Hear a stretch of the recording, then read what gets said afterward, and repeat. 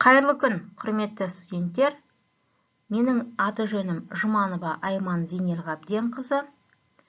Бүгін бізде номер 2 практикалық сабақ. Сабақтың тақырыбы Қазақстандағы тәуелсіздіктің тарихи алғышарттары, ұлттық мемлекет құру идеяларының кезеңдері. Тақырып бойынша қарастырылатын сұрақтар. 20 ғасырдың басындағы Қазақстандағы қоғамдық, саяси және әлеуметтік экономикалық жағдай бірінші.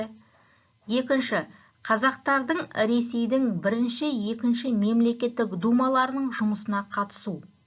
Үшінші, бірінші дүниежүзілік соғыс жылдарындағы Қазақстан. Төртінші, 1916 жылы қазақ халқының ұлт азаттық көтерілісі. Бесінші, Ресейдегі 1917 жылғы ақпан буржуазиялық демократиялық революциясының Қазақстанның қоғамдық саяси өміріне әсері. Алтыншы, бірінші, екінші бүкіл қазақ съездері, ұлттық интеллигенция өкілдерінің қоғамдық саяси қызметі. Жетінші, Алашорда үкіметінің 1917-1920 жылдардағы қоғамдық саяси қызметі.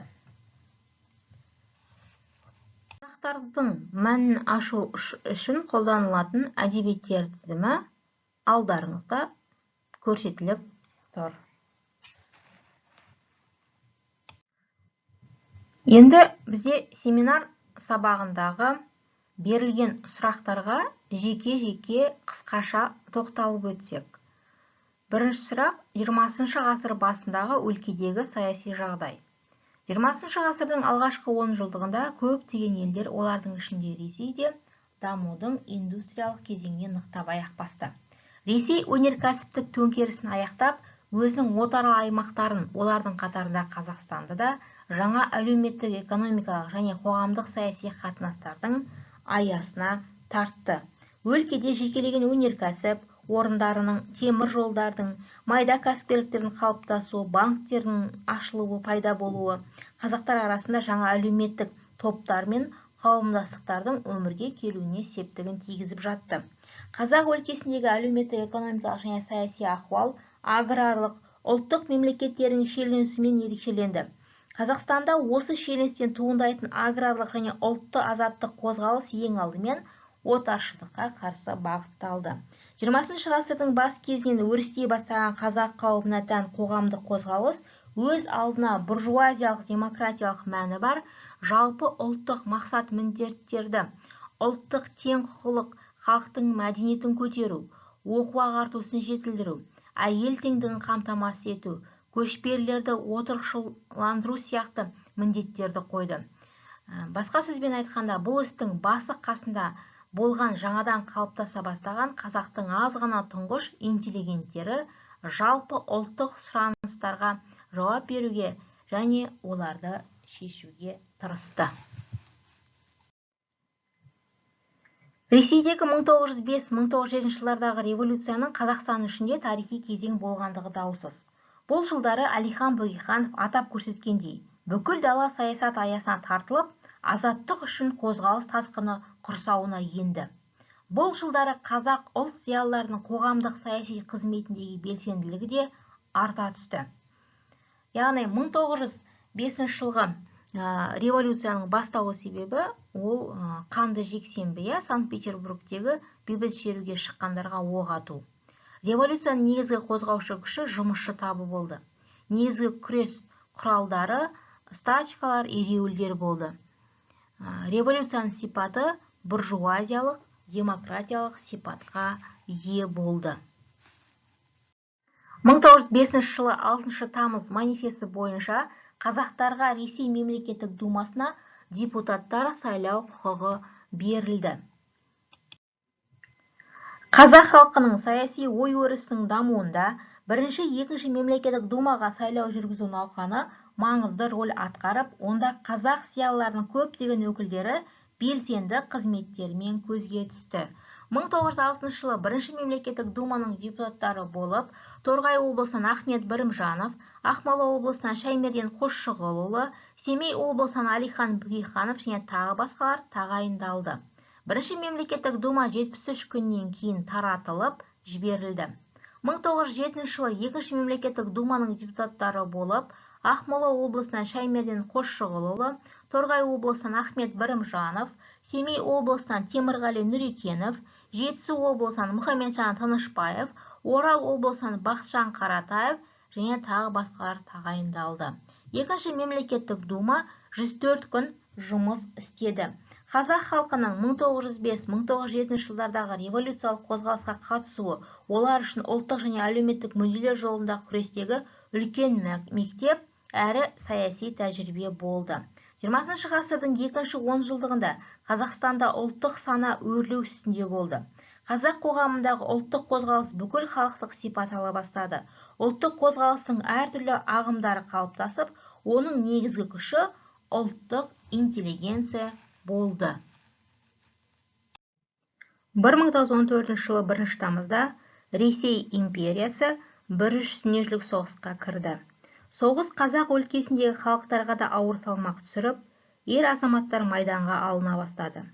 Әскери мобилизацияға иеленген азаматтардың отбасына көмектесу қажет деген талаппен қазақтарды әскерге алынған орыс шаруаларының шаруашылықтарында еріксіз жұмыс істеуге мәжбүр етті.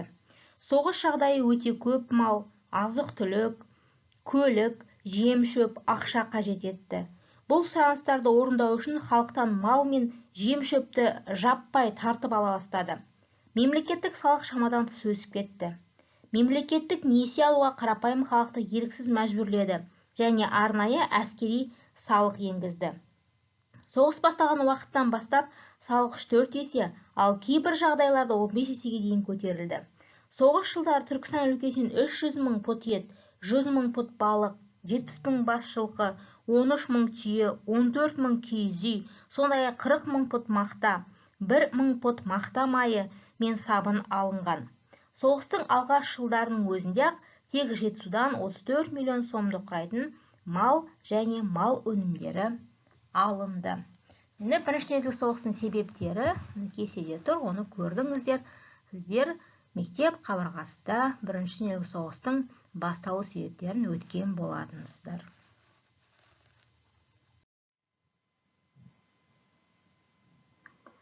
Мың 1914 жылы желтоқсан айында қазақ жеріне әртүрлі ұлт өкілдерінен тұратын 20 мың әскери тұтқын әкелінді. Олар негізінен дала өлкесінің солтүстік шығыс аудандары мен Түркістан әскери округіне орналастырылды. Ресей империясының соғысқа қатысуы Қазақстандағы отарлық езгіні күшейтіп, ұлттық және әлеуметтік қайшылықтарды одан әрі шиеленістіріп жіберді. Патша үкіметінің орыстандыру саясаты, қазақ жеріне шаруаларды жаппай қоныстандыру қозғалысы және осыған байланысты жерді тартып алу, жергілікті халықтың азаматтық құқықтарының аяқ асты етілуі 1916 жылы бүкіл қазақ өлкесі мен Орта Азияны қамтыған ұлт азаттық қозғалыстың басталуына себеп болды. Ал көтерілістің басталуына түрткі болған жағдай патша үкіметінің 1916 жылғы 25 маусымдағы бұратана халықтардан соғыс аудандарында қорғаныс құрылыстарын жүргізу мен тыл жұмыстары үшін 19 бен 43 жас аралығындағы еркектерді қара жұмысқа алу туралы жарлық еді. Жарлық бойынша Қазақстан мен Орта Азиядан 500 мың адам, 400 мың астам адам алынуы тиіс болды. Бұратана халықтарға кімдер жатты? Яғни қазақ, қырғыз, өзбек, тәжік, түркмен, дүнген, ұйғыр халықтары жатқызылды. Әскери мобилизациядан жергілікті патша әкімшілігінің басшылық органдарында отырған мемлекеттік қызметкерлер, дін қызметкерлері, жоғарғы және орта оқу орындарының студенттері, ақсүйектер мен құрметті азаматтар босатылды. Бұл жалпы ұлттық қозғалыстың екіге бөлуіне әкеп соқты.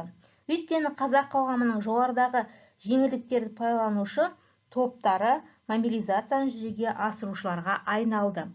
Патша жарлығы жарияланғаннан кейін тыл жұмысына алынатындардың тізімі жасала бастады.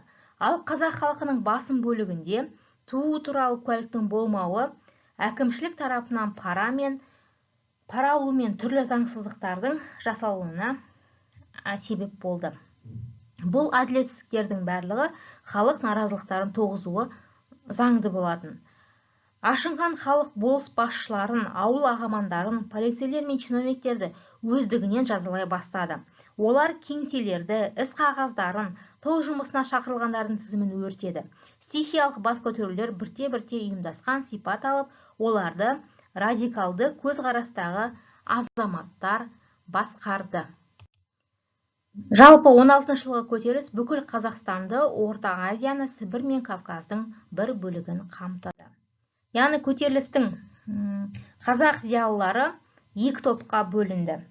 Бұл жылдары Әлихан Бөкейханов бастаған қазақ зиялылары қазақ халқының қарулы көтерілісіне үзілді, кесілді, қарсы шықты.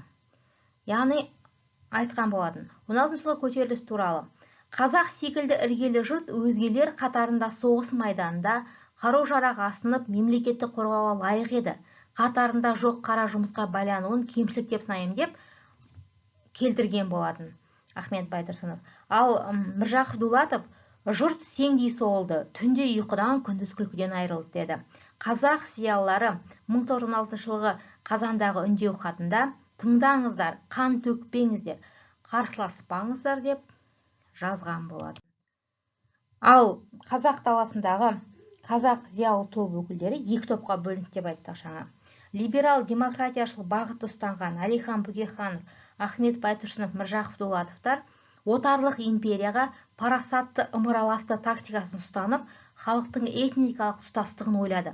Яғни патшалы Ресейге қарсы қан төкпейік, халық бекерден бекер қырылмасын деді. Ал революцияшыл демократияшыл интеллигенция топ өкілдері көтерілісті жақтап, өздері соған қатысты. Ол интеллигенция топ өкілдерінің ішінде Тұрар Рысқұлов, Тоқаш Бокиндер, Әліби Жангелдин, Сәкен Сейфуллиндер болды.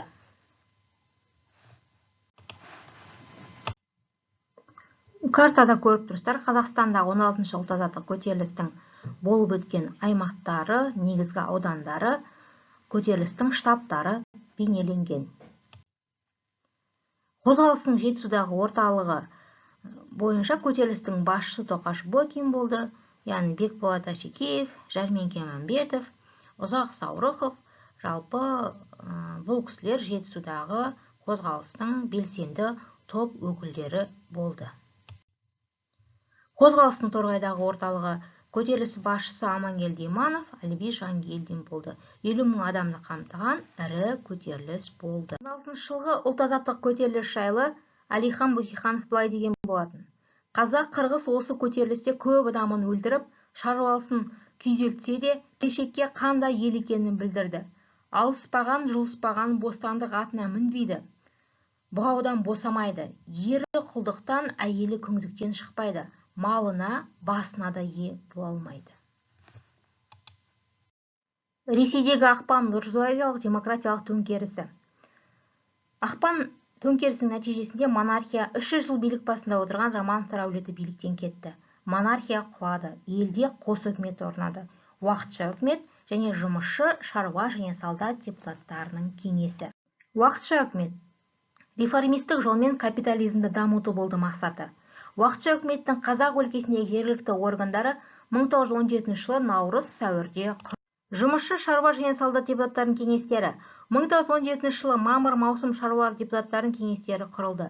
Кеңес үкіметі көтерген мәселелер шаруаларға жер, жұмысшыларға 8 сағаттық жұмыс күні, халыққа бейбітшілік. Алдарыңыздағы картада Қазақстан ақпан төңкерісі кезеңінде. Бұл жерде Қазақстандағы түрлі саяси партиялардың уақытша үкімет саясатына наразылық бой көрсетулер болған аумақтары көрсетілген.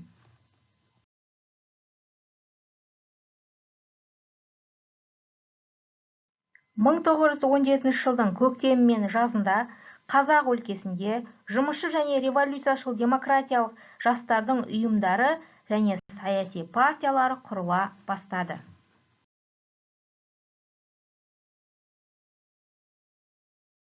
Мұсылман жұмысшылар одағы, Жаркентте жұмысшы одағы, Түркістанда мұсылман еңбекшілерінің одағы құрылды. Зиялы қауымды, оқушы жастар мен мұғалімдерді біріктірген 20-дан астам қоғамдық ұйымдар құрылды. Олардың арасында Сәкен Сейфуллиннің басшылығымен Ақмолада жас қазақ ұйымы, Меркеде Тұрар Рысқұлов ұйымдастырған қазақ жастарының революциялық одағы, омбыда Әбілхайыр Досов жетекшілігіндегі оқушы жастардың демократиялық кеңесі, Спасск зауытында Жас жүрек, Петропавлда Талап, Семейде Жанар ұйымдары белсенді қызмет атқарды. 1917 жылы 21-28 шілдеде Орынборда бірінші жалпы қазақ съезі өтті. Оған қазақ өлкесінің облыстары мен Ферғана облысы Бөкей хандығы атынан қазақ өкілдері қатысты. Съездің төрағасы болып Халел Досмұхамедов сайланды. Съездің күн тәртібінде 14 мәселе қаралды. Мемлекеттік басқару түрі, қазақ облыстарының автономиясы, жер мәселесі, халық милициясы, жергілікті басқару жүйесі, оқу-ағарту ісі, сот, дін, әйел мәселелері, қазақ облыстары депутаттарының құрылтай жиналысына дайындығы, жалпы ресейлік Шуро-и-Ислам съезі, қазақтың саяси партиясы, Жетісу облысының жағдайы, бүкіл Ресей федералистерінің съезі мен оқу комиссиясына қазақ өкілдерін жіберу туралы қаралды. Барлық мәселелер бойынша ұлттық демократиялық мазмұнда шешімдер қабылданды. Осы съезде қазақтың тұңғыш ұлттық саяси Алаш партиясын құру жөнінде қаулы шығарылды. Партияның баспа органы 1918 жылдың қаңтарына дейін Орынборда шығып тұрған Қазақ газеті болды. Қазақ газеті большевиктер тарапынан жабылғаннан кейін оны Семейде жарық көріп тұрған Сарыарқа газеті ауыстырды. Бұл кезде Семейде Абай журналда жарыққа шыға бастаған болатын. Алаш партиясының жетекшісі болып Әлихан Бөкейханов сайланды. Партия құрамына ғылым және шығармашылық зиялы қауым өкілдері Байтұрсынов, Тынышпаев, Жұмабаев, Құдайбердиев, Торайғыров, Ғаббасов, Досмұхамедовтар және тағы басқалар кірді. Алаш партиясының бағдарламасының жобасы жасалып, ол көпшіліктің талқысына ұсынылды. Жоба 10 бөлімнен тұрды.